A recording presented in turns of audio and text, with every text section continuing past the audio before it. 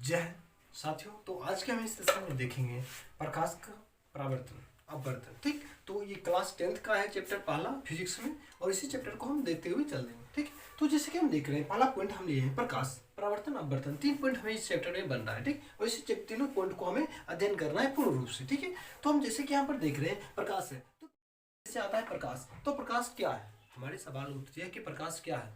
ठीक, और प्रकाश क्या है, क्या प्रकाश नहीं होता तो क्या होता। ठीक, तो ये सवाल होती है, तो हमें इसमें से समझेंगे कि अगर प्रकाश ना होता तो हम किसी वस्तु को देख ही ना पाते।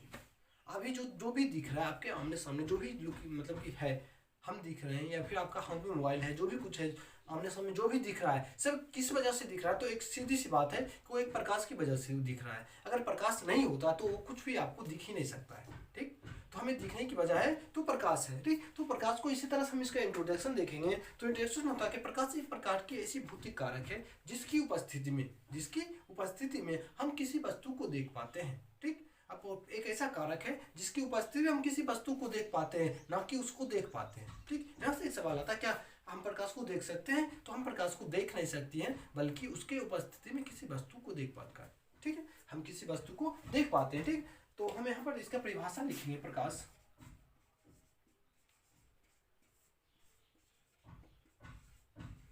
लाइट। ठीक, उसके बाद चलिए लाइट दी, इसको इंग्लिश में लिखेंगे प्रकाश। प्रकाश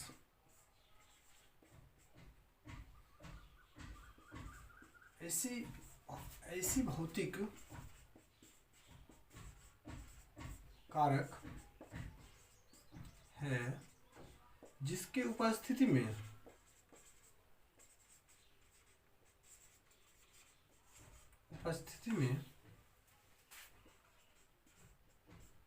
हम किसी वस्तु को देख पाते हैं।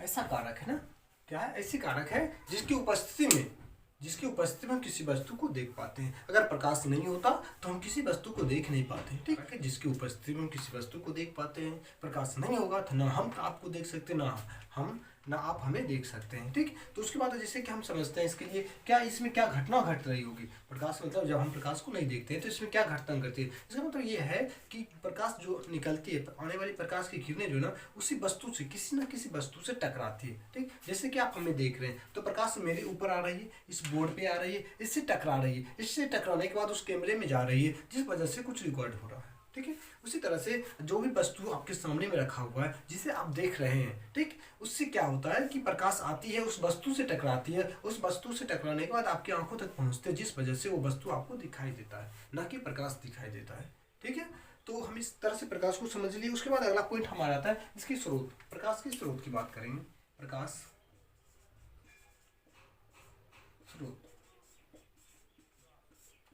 प्रकाश स्रोत की बात करेंगे तो प्रकाश स्रोत तो मतलब उसे कहा जाता है जहां से प्रकाश निकल रहा हो, जिस बिंदु से प्रकाश निकल रहा है, जिस पॉइंट से प्रकाश निकल रहा हो, वो प्रकाश स्रोत कहलाता है। ठीक है, इसे प्रकाश स्रोत की बात करें तो इसमें दो तरह के आ जाता है। एक तो मतलब प्राकृतिक प्रकाश स्रोत जो ऑटोमेटिक से वर्षों से जो हमें प्रकाश दे रहा है। ठीक, और एक जो हम लोग की उत्पत्ति के बाद हम लोगों ने जिस प्रकाश को बनाया है वो प्रकाश, जैसे कि सूर्य से आने वाली प्रकाश, वो एक क्या है, प्राकृतिक स्रोत है। वो तारों से आने वाली प्रकाश वो क्या है, एक प्राकृतिक स्रोत है, जिसे मानव के द्वारा नहीं बनाया गया है। ठीक है, जिससे उसके बाद हम लेंगे मानव के द्वारा बनाया गया है, तो जैसे कि हम लेंगे बल्ब एक है मानव निर्मित प्रकाश स्रोत है। ठीक है, बल्ब से प्रकाश निकलती है, अर्थात उस बल्ब को किसने बनाया, तो हम लोगों ने, इंसान ने बनाया, इसलिए उसे मानव निर्मित कहा जाता है। ठीक है, तो हम इसको देखेंगे परिभाषा। तो इसके लिए लेंगे प्रकाश स्रोत जिस बिंदु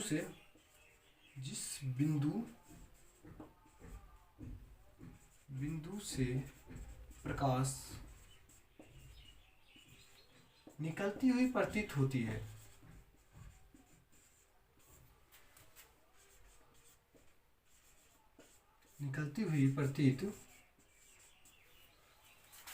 है, वह प्रकाश स्रोत कहलाती है।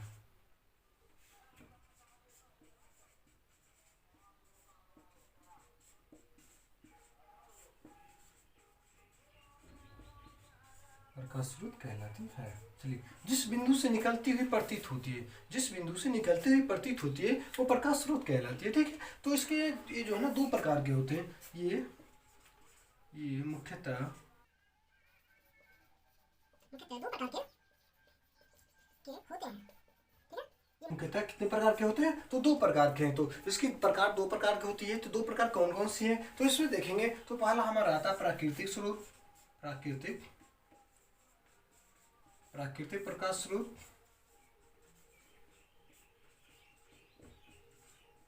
और दूसरा वाला देखेंगे तो मानव निर्मित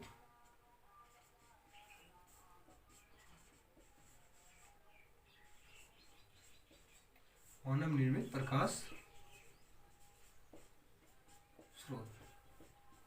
ठीक, ये दो प्रकार का प्रकाश स्रोत हो गया, एक प्राकृतिक प्रकाश स्रोत और एक मानव निर्मित। इसका एग्जांपल लेंगे तो सूर्य, तारा। ठीक, और इसका एग्जांपल लेंगे तो बल्ब, लालटेन,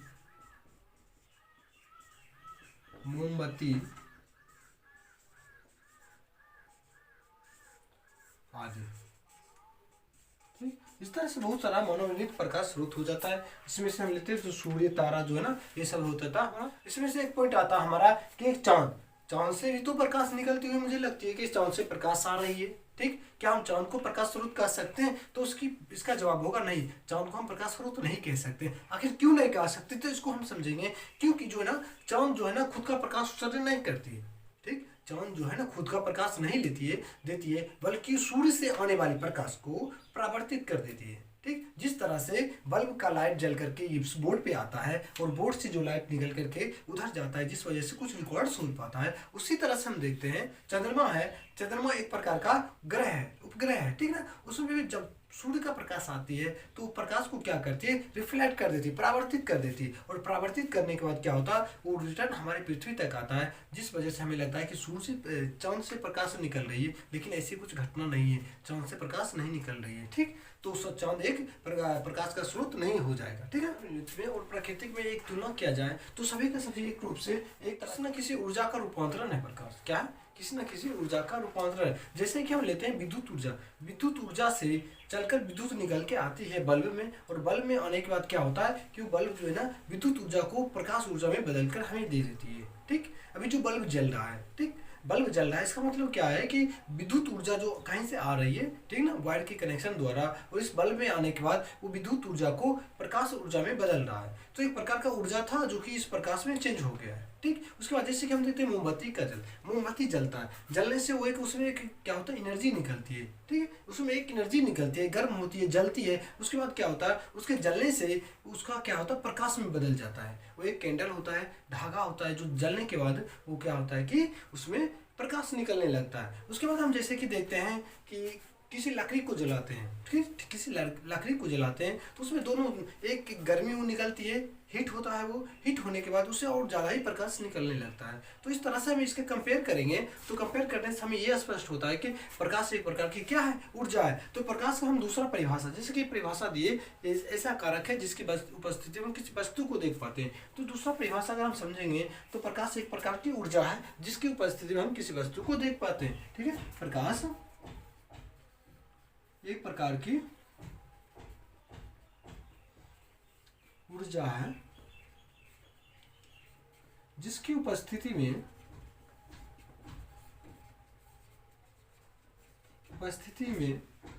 हम किसी वस्तु को देख पाते हैं, हम किसी वस्तु को देख पाते हैं।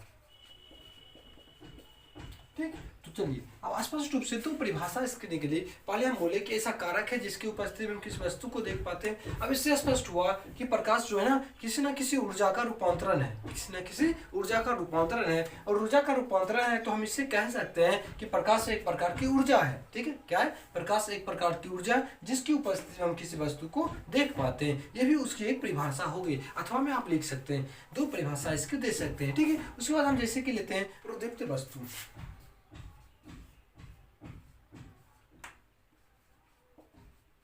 प्रदीप्त वस्तु, ठीक, प्रदीप्त वस्तु की बात करेंगे तो ऐसी वस्तु जिससे प्रकाश निकल रही हो, जो प्रकाश का उत्सर्जन कर रहा हो, वैसा वस्तु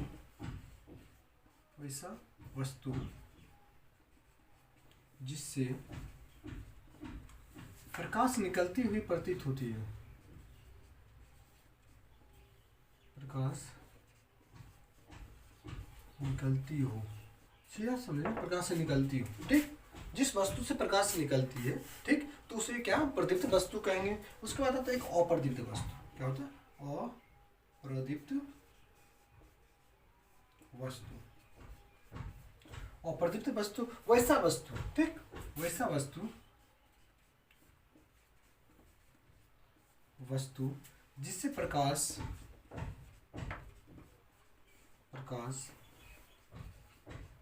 नहीं निकलती हो,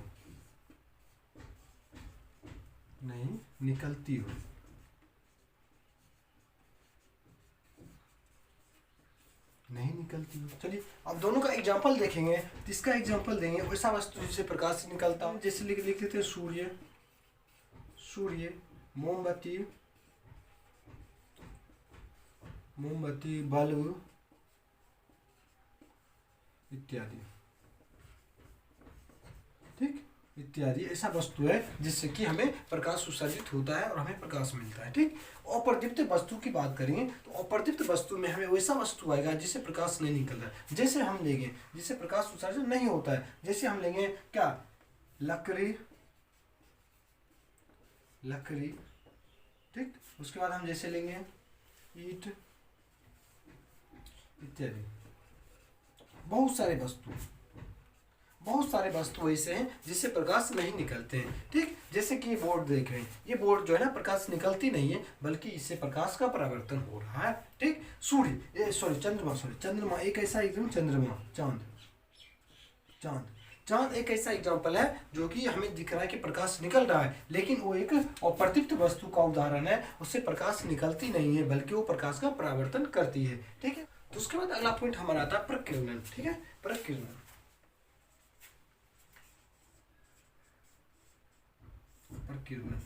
चलिए, ये प्रकीर्णन क्या होता है, प्रकीर्णन कैसी घटना है, इसके बारे में हम देखेंगे।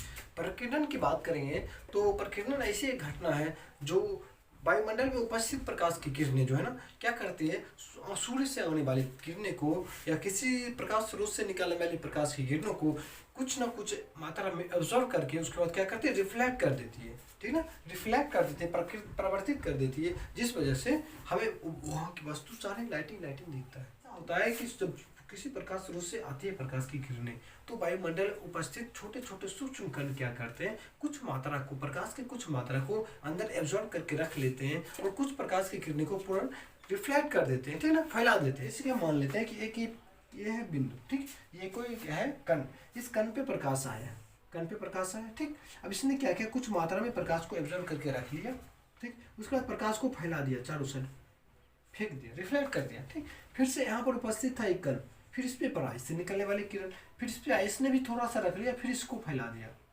ठीक। यहाँ पर भी कोई कण था, इसने भी ऐसा ही काम कर दिया, थोड़ा सा रख लिया, फिर रिफ्लेक्ट कर दिया। फिर से यहाँ पर भी कुछ कण था, फिर ये जो प्रकाश निकला, फिर यहाँ से कण था, इसको लगा, इसको फैला दिया, फिर यहाँ पर कोई था, इसको फैला दिया, फिर यहाँ पर दूसरा कण था। और वायुमंडल में हम जानते हैं बहुत सारा कण है, क्या, बहुत सारे धूल कण हैं, ठीक। जिस वजह से हमें क्या होता है, बहुत ही अधिक मात्रा में प्रकाश का प्रकीर्णन होने लगता है उस जगह पर। और प्रकाश के प्रकीर्णन होने की वजह से क्या होता है कि हमें उस जगह पर का वस्तु भी दिख पाता है जहाँ पर सूर्य का प्रकाश सीधी किरणों में नहीं पहुँचती है, ठीक। एग्जाम्पल हम जैसे कि हम लेते हैं कि आपके घर में एक खिड़की है, ठीक, लेकिन वो उस खिड़की से हमेशा सीधी सूर्य की किरणें आपके घर में नहीं आ पाती, ठीक। वो सीधा प्रकाश नहीं आता है, बल्कि वो कहीं और जाती है, फिर से दोबारा वो प्रकाश खिड़की से, विंडो से अंदर आती है, ठीक ना। तो हमें ऐसा देखते हैं कि जहाँ पर सूर्य का प्रकाश सीधा नहीं पड़ रहा है, फिर भी वो वस्तु हमें दिख रहा है, ठीक है। तो दिख रहा है, इसका मतलब कौन सी घटनाएं घट रही हैं जिस वजह से हमें दिख रही है, सभी के सभी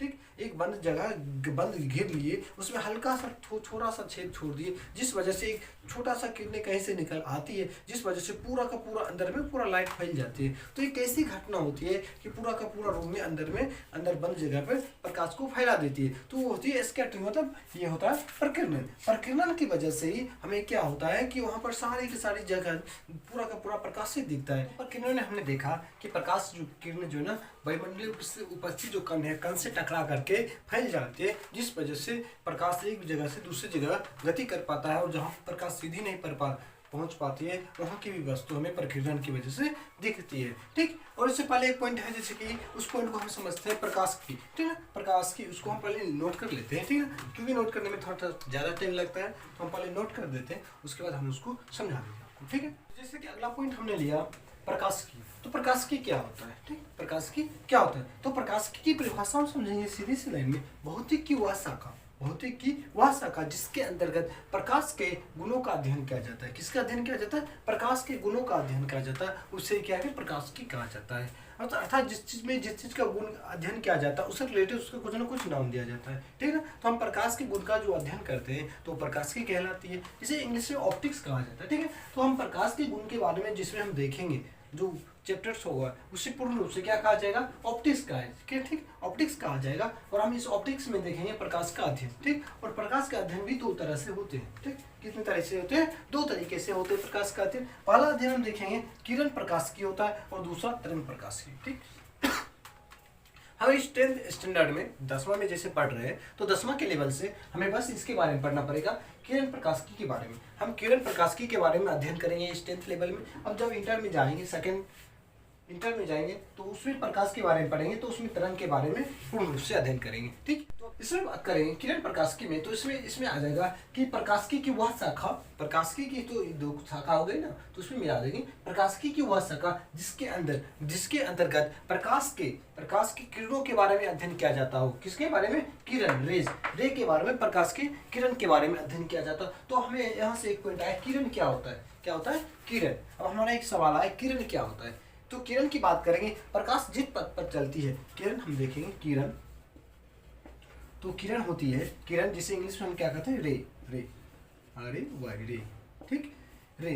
तो ये रे क्या होता है, तो प्रकाश जिस पथ पे चलती है, ठीक, जिस पथ पे चलती है उस पथ को हम जब दिखाते हैं, दर्शाते हैं, इस तरह से एक एरो दिखा करके, एरो लाइन लेकर के हम दिखाते हैं, ठीक, यही हो जाती है हमारी प्रकाश जिस पथ पर चलती है उस पथ को प्रकाश किरण कहा जाता है, ठीक।